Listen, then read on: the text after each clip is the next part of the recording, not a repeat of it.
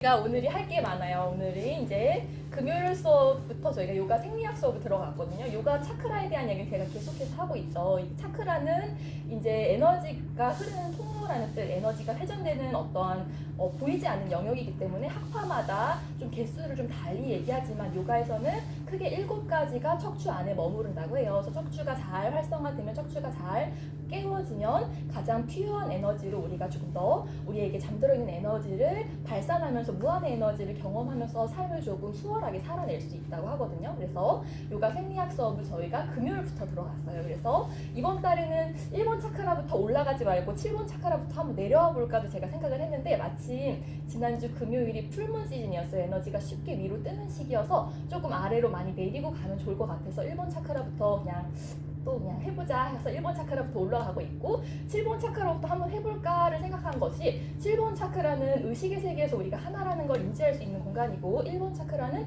물질의 세계에서 물질의 세계에서 육체의 세계에서 우리가 하나로 연결되어 있다는 걸 자각할 수 있는 공간이라고 해요. 그래서 이것의 순서가 중요한 것이 아니라, 이것이 1번 차크라는 당연히 2번 차크라와 연결되어 있기 때문에 연결감이 있겠죠. 그래서 저희가 학습의 차원에서 이렇게 올라가는 것이지, 반드시 1번 차크라부터 차례로 노력해서 깨워야지만 7번 차크라에 다다르는 것이 아니거든요. 그래서 내가 나의 삶의 주인이다라는 의식, 그것을 이제 요가에서는 왕이다 혹은 신이다라고 또 표현을 하거든요. 저는 개인적으로 종교가 있기 때문에 신이다라는 표현이 좀 어렵기는 한데, 아무튼 내가 나의 신이다라고 생각을 하면 조금 삶 안에서 선택이 좀 수월해지기도 하잖아요. 그래서 7번 차크라부터 한번 아래로 내려와 볼까도 생각을 한번 했었다는 거. 근데 1번 차크라부터 시작해서 이제 오늘은 2번 차크라를 깨우는 시간이에요. 그래서 1번 차크라는 우리가 1강 시간에 물라 반다 잠그면서 간단하게 이야기를 했었죠.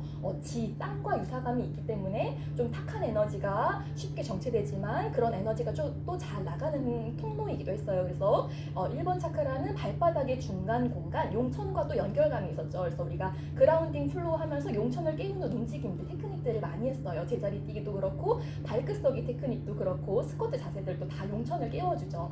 그래서 오늘은 2번 차크라, 물과 연결감 있는 공간이에요. 자궁 공간, 자항 공간으로 상징되기 때문에 우리가 2강 시간에 자항 정화 자세, 코어 단련하면서 우디 하나 반다 잠그면서 복부를 잘 풀기 위해서 장을 정화시켜주는 5가지 동작을 했었죠. 그래서 오늘도 자궁 공간, 자항 공간이기 때문에 장을 풀어주는 테크닉을 한번 복습해 볼 것이에요. 그리고 이 시간에는 이제 1번 차크라는 집단 무의식의 공간이라고 하거든요. 땅과 연결되어 있는 공간에서 나의 의지 밖에, 선택 밖에 영역에 많은 영향을 받는 공간이라고 해요. 그래서 나의 부모님 혹은 내가 태어난 나라에 많은 영향을 받는 공간이라면, 2번 차크라는 내가 선택한 관계 안에서 많은 영향을 받는 공간, 그래서 관계의 공간, 감정의 공간으로 표현이 되거든요. 그래서 스와디 차크라, 스와디스타나 차크라, 2번 차크라의 이름도 바로 스와디스타나, 자기 거주지라고 해석이 돼요. 그래서 우리를 통해 흐르는 그런 감정들, 느낌들, 생각들이 머물렀다 가는 공간이라고 해요. 그래서 이 공간이 잘 활성화되지 않으면,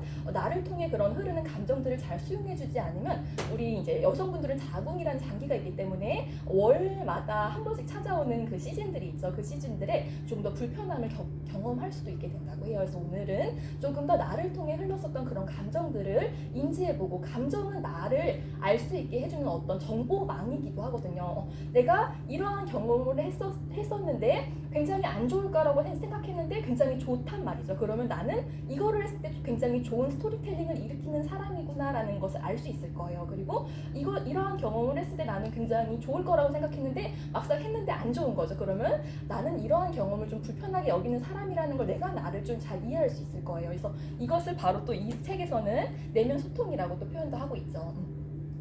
그래서 오늘 그러한 감정들과 한 소통해보는 연습도 한번 해볼 것이고, 이제 스와디스타나 차크라는 초승달로 상징이 되죠. 달 중에서도 가장 비워지는 어두운 달, 그래서 무의식적인 감정들이 쉽게 머무르는 공간이라고 해요. 그래서 무의식의 공간, 감정의 공간, 그리고 이제 달이 점차로 비워지고 있죠. 이렇게 달이 비워지는 시즌에는 여성적인 에너지를 좀 잘 존중하고 비움의 액션을 취하기 또 좋은 시즌이라고 해요. 그래서 내쉬는 호흡에 내 삶 안에서 조금 비움이 필요한 이슈는 무엇일까 좀 떠올려 보시면 수월하게 삶 또한 조금 보살펴 보실 수 있으실 것 같아요. 그래서 이 시간에 이제 1번 차크라는 땅의 공간이라면, 2번 차크라는 물의 공간이라고 했었죠. 땅 아래 물이 흐르죠. 그래서 물과 같은 물의 에너지, 그래서 의식의 공간, 2번 차크라는 무의식 공간, 잠들어 있는 공간이라고 해서 양극단의 에너지를 연결시킨다고 해서 이제 2번 차크라의 이름을 양극선 차크라라고도 불러요. 그래서 요 센터링에 대한 이야기를 우리가 지난 시간에 한번 했었거든요. 기억하세요? 몰입하는 동시에 볼 수 있는가, 객관적으로 보는 동시에 몰입할 수 있는가, 이 얘기를 제가 그래서 양극선 차크라 할 때 이야기를 하거든요. 그래서 2번 차크라의 메시지, 1번 차크라의 메시지는 땅의 공간, 우리의 몸의 공간이기 때문에 지금 여기 현재라면 2번 차크라의 공간은 감정의 메시지를 담고 있기 때문에 나의 감정을 우아하게 흘려보낼 수 있게 허용한다라는 이런 메시지 또한 담고 있다고 해요. 그래서 센터링의 메시지, 객관적으로 바라보고 몰입할 수 있는 힘, 유연한 마음의 힘을 길러낼 수 있는 공간이라고 해요. 1번, 3번, 5번 차크라는 양의 에너지가 좀 우세한 공간이죠. 그래서 요가에서는 양을 조금 더 음보다는 좀 더 낮은 차원의 에너지로 분류를 하거든요. 그래서 양의 에너지가 머무르는 공간에는 그것을 좀 잘 써주기 위해서 반다가 머무르기도 했었죠. 그래서 여성의 에너지를 좀 위로 치기는 해요. 그래서 유연한 마음의 유연함이 머무르는 공간이 바로 또 2번 차크라, 여성의 에너지가 좀 더 우세한 공간, 자궁 공간, 3번 차크라, 가슴의 공간이죠. 그래서 유연한 마음의 에너지를 증진시킬 수 있는 공간도 2번 차크라의 공간이라고 해요. 그래서 유연한 마음이라 하면 멀리 가더라도 나의 감정과 에너지를 멀리 쓰더라도 그것을 언제든지 중심으로 데리고 올 수 있는 힘이라고 해요. 그래서 오늘 책의 주제도 내향적인 질서에 대한 이야기를 하거든요. 우리 몸 안에는, 우리 세포 안에는 전체 우주가 담겨져 있다라는 이야기를 이 책에서는 이제 이분은 학자가 쓰신 책이기 때문에 여러 가지 이제 전문적인 용어가 나오는데 양자역학과 상대성 이론으로 이것의 원리를 이제 밝혀내고 계세요. 그래서 그 안에 세포 안에 깃들어 있는 그 우주의 에너지를 펼쳐내는 것을 내향적인 질서라고 이제 이야기를 해요. 그래서 기계론적인 사고관으로는 토끼 한 마리를 사냥하는데 굉장히 적절한 사고관이지만 우리 달팽이관은 굉장히 길이가 짧죠. 근데 피아노의 음역대는 굉장히 길지만 우리 달팽이관이 그 음역대를 더 섬세하게 분류한다는 것은 기계론적인 사고관으로는 설명이 되지 않는다. 좀 더 큰 전체를 이해하기 위해서는 상대성 이론과 양자역학을 좀 흡수할 필요가 있다라는 이야기를 또 길게 하시고 계세요. 그래서 기계론적인 세계관이 낳은 어떤 폭력성들이 분명히 있죠. 기계론적인 사고관은 인간과 정신을 물질과 정신을 분류시키죠. 그렇기 때문에 신이 또 필요하기도 했었고, 그렇기 때문에 인간 중심적인 사고관으로 인해서 폭력적인 이슈들이 많이 일어나기도 했다라는 이야기를 해요. 그래서 이런 것들 안에서도 실은 영혼이 깃들어 있다라는 사고관을 막은 사고관이 또 기계론적인 세계관이기도 하잖아요. 그래서 양자역학으로 전체 우주를 설명할 수 있다라는 얘기를 하면서 이제 내재적인 질서와 생성 질서에 대한 이야기를 하고 계세요. 그래서 어떠한 자극이 내게 오더라도, 이 생성 질서는 어떠한 자극이 내게 오더라도 그것을 그것을 잘 이해할 수 있는 필터가 내게 있다면 그것에 대한 반응을 좀 달리할 수 있다는 거죠. 그러면서 이제 코로나 바이러스에 대한 예도 들고 있어요. 같은 바이러스가 침입해도 내 안에 면역 시스템이 있다면, 그것을 방어해낼 수 있다면 그 자극을 좀 달리 해석해낼 수 있을 거예요. 바로 바이러스로 인해서 질병까지 연결되지는 않을 수 있다라는 이야기를 하죠. 그래서 그러한 마음의 힘은 습관으로 인해서 훈련을 통해서 우리가 분명히 트레이닝 할 수 있는 영역이다라는 이야기를 해요.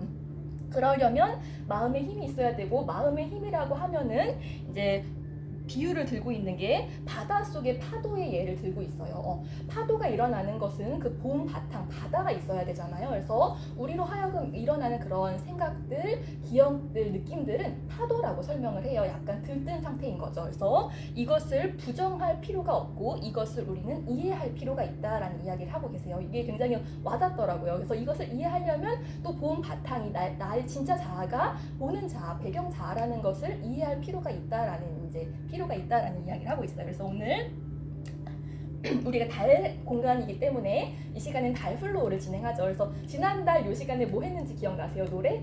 선인장 하면서 우리가 이 감정 공간, 뾰족뾰족한 감정을 어떻게 대할 것인가에 대한 이야기를 했다면 오늘은 하울의 움직이는 성 OST를 해볼 거예요. 그래서 인도 신화 책을 저희가 작년 1월 달에 읽었거든요. 인도 신화에서는 이 산이 날아다니는 존재로 형상이 되고 있어요.